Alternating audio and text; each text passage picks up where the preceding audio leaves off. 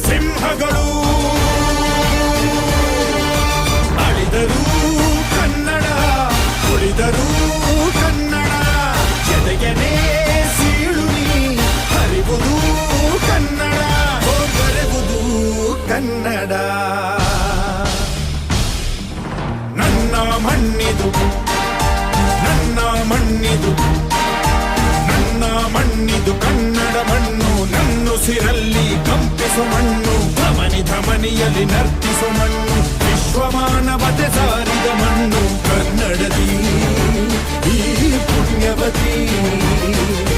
ನನ್ನಡೆದ ಸೌಭಾಗ್ಯವತಿ.